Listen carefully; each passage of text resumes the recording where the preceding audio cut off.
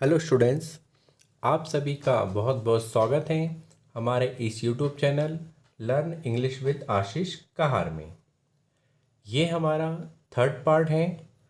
First और second part में हमने प्रेजेंट कंटिन्यू और पास्ट कंटिन्यू टेंस पढ़े थे।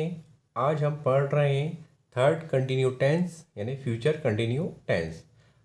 आप सभी इसे बहुत ध्यान से समझें और कॉपी में नोट करते हुए चलिए शुरू करते हैं।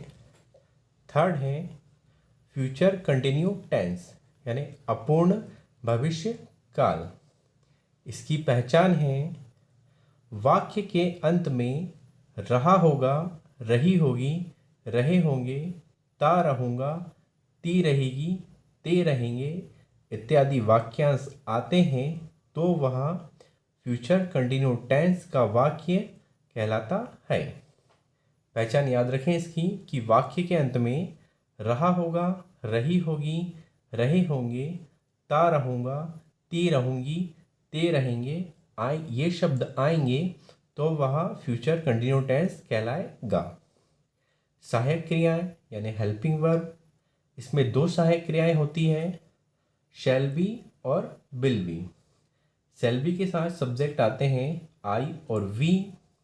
विल बी के साथ सब्जेक्ट आते हैं he, she, it, name, you, they, these, those, that.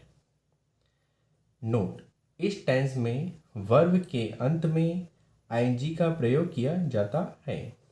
जैसा कि हमें पहले से ही विदित है कि सारे कंटिन्यू टेंस में वर्ब में आईएनजी का प्रयोग किया जाता है। फर्स्ट है हमारा अफर्मेटिव सेंटेंस यानी साधारण वाक्य। इसका स्ट्रक्चर है subject plus shall will plus be plus verb में ING plus object. First sentence है मैं बाजार जा रहा होऊंगा। रहा होगा शब्द आया है, इसी से हमें टेंस की पहचान हुई कि यह फ्यूचर कंटिन्यू टेंस है। इसका मीनिंग है I shall be going to market. मैं यानी हो गया आई और इसके साथ helping by verb I shall be और वर्ब में आया आईएनजी और ऑब्जेक्ट हो गया मार्केट। तो I shall be going to market. Next है वह पतंग उड़ा रहा होगा। He will be flying a kite. हम छुट्टियां मना रहे होंगे। We shall be enjoying to holidays. वह हमारा इंतज़ार कर रही होगी। She will be waiting for us. Police उनकी पहचान कर रही होगी। Police will be recognising them. शिक्षक पढ़ा रहे होंगे। Teachers will be teaching.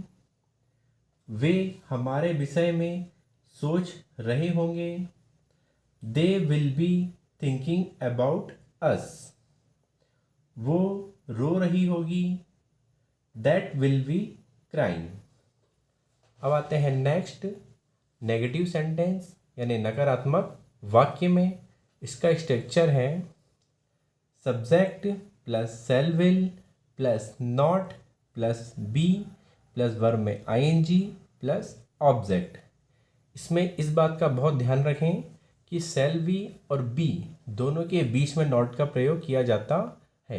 Mostly यही मिस्टेक होती है, इसलिए आप इसे बिल्कुल ध्यान में रखें। फर्स्ट सेंटेंस है मैं नहीं पढ़ रहा होऊंगा कल। रहा होगा नहीं, इसी से हमें आइडेंटिटी हुई टेंस की और इसका मीनिंग है I shall not be reading tomorrow. Shall आया है, बी आया है, नॉट आया है, वर्ब में आईएनजी आया है। इसी से हमें इंडिकेट हुआ कि यह फ्यूचर कंटिन्यू टेंस का नेगेटिव सेंटेंस है। नेक्स्ट है हम स्वीकार नहीं कर रहे होंगे। We shall not be accepting. वह सलाह नहीं दे रहा होगा। He will not be advising.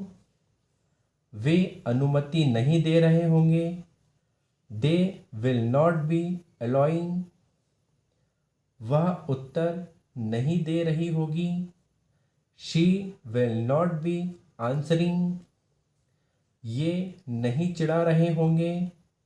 These will not be annoying, वो वहाँ नहीं खेल रहे होंगे। Those will not be playing there, वे नहीं जीत रहे होंगे। They will not be winning। अब आते हैं थर्ड, इंटरगेटिव सेंटेंस यानी प्रश्नवाचक वाक्य में। इसका स्ट्रक्चर है shall will plus subject plus be plus verb में आईएनजी प्लस ऑब्जेक्ट। इसका स्ट्रक्चर पे ध्यान रखें कि शैल विल सामने आएगा, फिर सब्जेक्ट आएगा, फिर बी आएगा, यानी शैल बी और विल बी के बीच में सब्जेक्ट आएगा।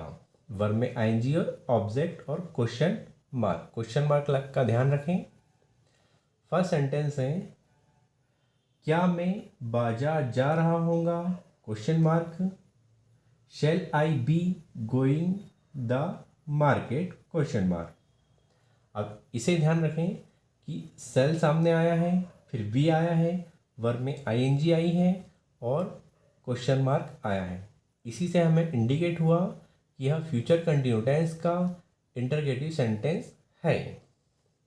नेक्स्ट है क्या वह पतंग उड़ा रहा होगा, will he be flying a kite. क्या हम छुट्टियां मना रहे होंगे, shall we be enjoying holidays. क्या वह हमारा इंतज़ार कर रही होगी, will she be waiting for us. क्या पुलिस उनकी पहचान कर रही होगी, will police be recognising them.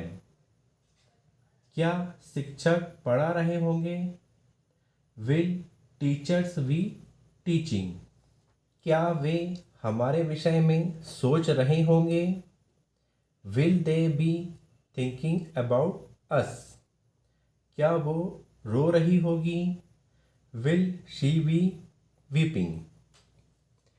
Fourth है इंटरगेटिव नेगेटिव सेंटेंस यानी प्रश्नवाचक नकारात्मक वाक्य। इसमें प्रश्न पूछा जाता है नकारात्मक रूप में।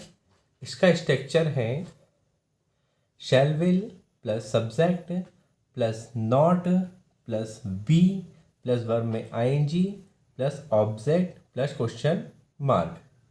ये सारा स्ट्रक्चर हमें ध्यान में रखना होगा कि सब शैल विल आया है, फिर सब्जेक्ट आया है, फिर नॉट आया है, फिर बी आया है, फिर वर्ब में ING object question mark. First sentence है क्या मैं नहीं पढ़ रहा होगा, क्वेश्चन मार्क। रहा होगा शब्द आया है, क्या शब्द भी आया है और नहीं शब्द भी आया है। इसी से हमें इंडिकेट होगा, टेंस की पहचान होगी। Shall I not be reading, क्या हम स्वीकार नहीं कर रहे होंगे, shall we not be accepting. क्या वह सलाह नहीं दे रहा होगा, will he not be advising. क्या वे अनुमति नहीं दे रहे होंगे, will they not be allowing.